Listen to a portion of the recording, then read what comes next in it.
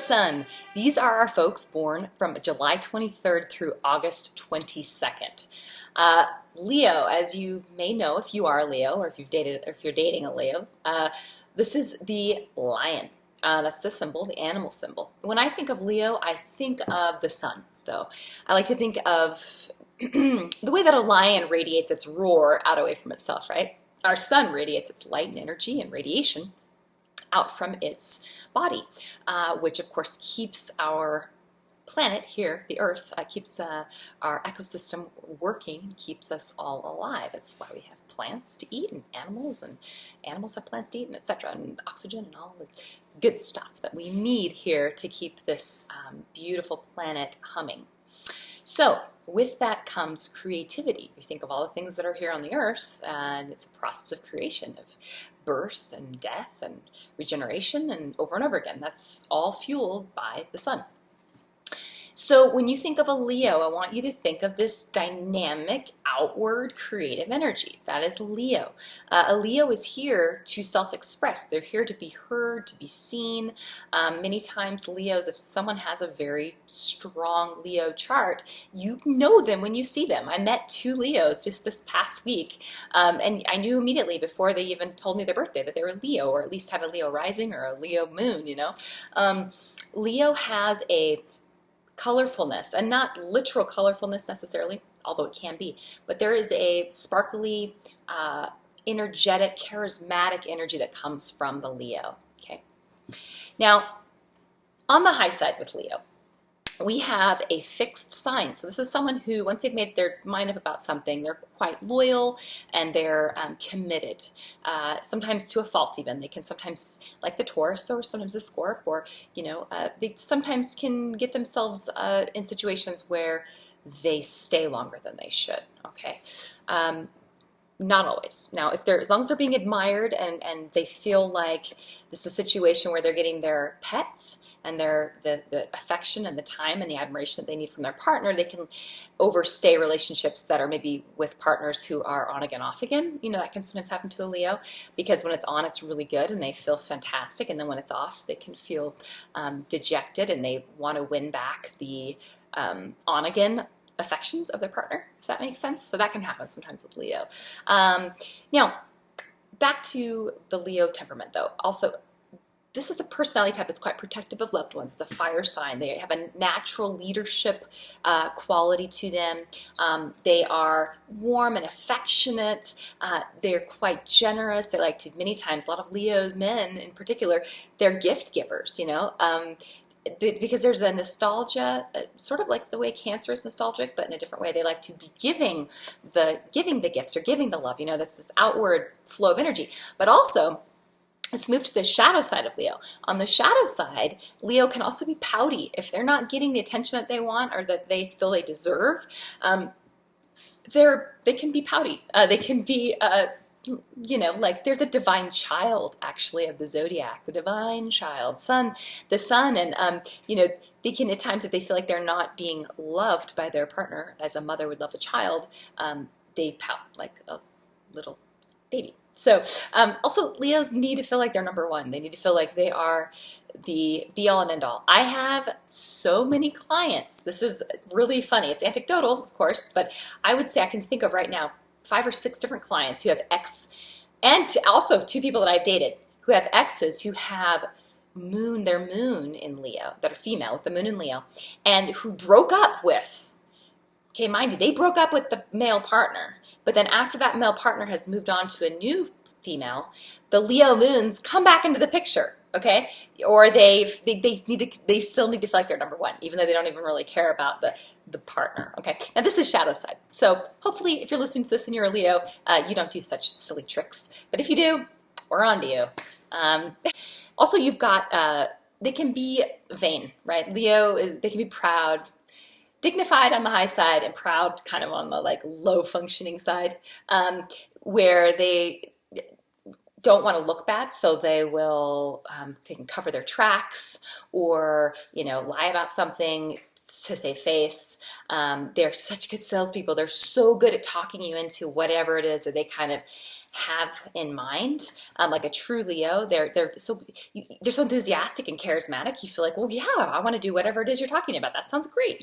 They can really sell people into something. But that can also make them seem a little. They can be bossy sometimes, or they can be a little overbearing with what they think is the right way. If you're working like in a team, sometimes the Leo can be like wants to get its way. It's the king and the queen, so they can be a little demanding or bossy. But ultimately, they are a strong leader, and a lot of times they are correct. They have a good intuition, and it's different than a water sign intuition. It's a fire sign intuition. It's just kind of like they'll strike out and try something, and if it doesn't quite go the way that they expect it to go, they'll fix it and make it go the way. You know what I mean? That's a fixed energy. It's like taking what you've got in the present moment and making it work. Okay. Applying energy to that to make it work. Now, as far as also another shadow side thing, they do have a high need for thank yous and for praise. And I don't know that that's necessarily shadow side or low functioning. I feel like that's actually just, if you as a partner or a friend, you understand your Leo, you recognize that they are generous and they give, okay? But they don't do it the way a Virgo does it, where it's like self-effacing, like they give. They don't really expect or nor kind of in a way want or feel comfortable with receiving in return. Leo's not like that. Leo's the divine child. It's like a kid playing. They want to throw you the ball, and then they want you to throw it back to them. Like, okay, like they want the back and forth. They want to give to. It's just like the sun and the moon, right? So the sun shines on the moon reflects the light back. They just want this reciprocity there, and they want to be told thank you, or like to recognize that they're making an effort and they're focusing all their divine energy on you. So recognize that and know that you are with someone who is here to express their ego. So you need to support that sort of life purpose. Okay, Leo's in love. Now you've got a Leo, someone who's true Leo. They're very romantic, they're ardent, and because remember we talked about them being the divine child, there's an innocence to the way that they love. They like to have fun, they like to be spontaneous and surprise their partner with, whether it's a fun trip or it's even just something simple like a love letter that they've left for you on the counter, or a female Leo, I can see her leaving like lipstick kisses and words and stuff on the mirror, like that kind of thing. Like they like to demonstrate and express their love when they're really in love with someone, and they're really proud. Like on social media, you see Leos, they'd be posting like pictures of their partner and the two of them together, and they want to show you off. And it's out of this place of kind of like, they just admire you as well. And so when they admire, they have to like let others know. They can't like keep it to themselves. Okay, Leo's expectations in love. Now, Leos many times, like I said earlier, they have a little pride and dignity to themselves in the way that they operate. They appreciate a partner who also takes pride in themselves. And this includes physically. A lot of Leos, they can be kind of flashy with the way that they dress. You could have a Leo that started out, with not a lot of money, and then gets a job in the real world, and starts making some good money, and then the first thing they would do is go out and buy some really nice clothes. Like they like to, again, because they're this energy that's about flowing outward from this. It's an extroverted expression of energy. So to be seen, to be heard, to make a mark, that's Leo. And so the way you dress many times, they can be bold. So they like a partner who is also someone who presents well, someone that they can take out in public and be proud of. Now, also expectations. They expect loyalty. They are loyal. If they've committed to you, if they're in love with you, with a Leo, okay? Of course, the whole chart, we need to look at the whole chart, but Leo's quite expressive and ardent. When they're in love, they can't help but tell you, so you will know. And if you violate that and you are not loyal in return, that will really anger a Leo. And it's the one thing that would make a Leo leave, really. And a Leo who stays in a situation where their partner is cheating on them, they've got to have some, water or earth on that moon, or, some other things happening there, perhaps some Virgo Pisces stuff happening, or 6 and 12 house stuff happening to get them to stay, and they're going to hate themselves the whole time that they're staying. So loyalty is important. Leo's biggest fear is, their number one kind of, remember, they're the sun. So they need to be recognized.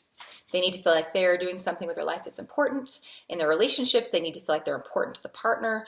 There is a little bit of an egocentrism to them. I mean, look, the sun It's our star that holds our entire solar system together. So they probably deserve, and they probably, a Leo typically, and if as long as they're well aspected, they're quite loving, and they deserve the admiration that they need, they seek. Their biggest concern is that they're not important, that they're not, number one to their partner, that they're not number one in whatever their field of work is. They're quite ambitious. Because it's the sense that you came, you lived your life, but you didn't do the one thing you were supposed to come do, which is leave a mark, an indelible mark that's unique to you. That's Leo's mission. So if they feel like they're not accomplishing that, then you got a sad Leo. So that's their fear. So support them in their efforts, their creative efforts, their career efforts. Be patient with them when they do go through a little ego, times where they get a little inflated ego. If you can help bring them back to earth, that's always good. But do it in a nice way without hurting their dignity. Okay, and ultimately they just need love and affection returned back to them. They're pretty simple. They want to be admired, loved, and snuggled, and all of that good stuff. So that's your Leo. Hey, Leo and Leo. Okay, compatibility between these two. What will initially attract these two will be both of their sparkly charisma, and they will see each other in one another. This is pretty typical for same sign relationships as far as the sun sign. Both people will be outgoing. Typically, they have a sort of outgoing expression of their personality. There's a generosity and a sparkly charisma thing happening with Leos, and there's a generosity. So it's just a natural fire sign attraction, like attracts like. Okay, long-term interaction between these two. You've got two fixed signs. So this is a passionate relationship. You could have issues of, one person thinking that they are right. We do have the king and the queen here. So, you could have one person feeling like they want their way and the other one not willing to give in. Or you could have one person feeling like they have the correct answer and the other one not necessarily agreeing. So there's a little bit of stubbornness of wills here, because Leo is, that's what Leo is all about, is the exercise of your personal will, what you want. So if you get two people that want something pretty strongly, or are both pretty, forceful personality types or strong personality types, they're going to butt heads occasionally. But overall, I think they'll forgive one another. They have this ability. Just think of like two lions licking each other, just this affectionate, passionate simpatico between Leo and Leo. You could have the issue between these two, long-term conflict between these two would be, you've got two chiefs and no Indians kind of a thing, or you could have this issue with who's going to be doing the admiring. They might compete with each other sort of for the spotlight a little bit. And as far as harmony goes, and they're both fire signs, and like I said earlier, like attracts like, there's a passion there. There is the desire to create together, the desire to try new things together, and hopefully if they can just take turns with who's in the driver's seat and who's the passenger, then things should be just fine between these two, and a very romantic, long-term, amorous relationship, so long as they can share that driver's seat. Others will see this relationship as one that's probably pretty confident and bold, and two people that are let you know that they're there. And others might also see the competition between the partners in this relationship a bit. But overall, it's this a lovely fiery combination. So let me know how your Leo-Leo relationship is. I'm curious, and we'll talk in the comments below. So have a good one. Thanks for watching. Bye.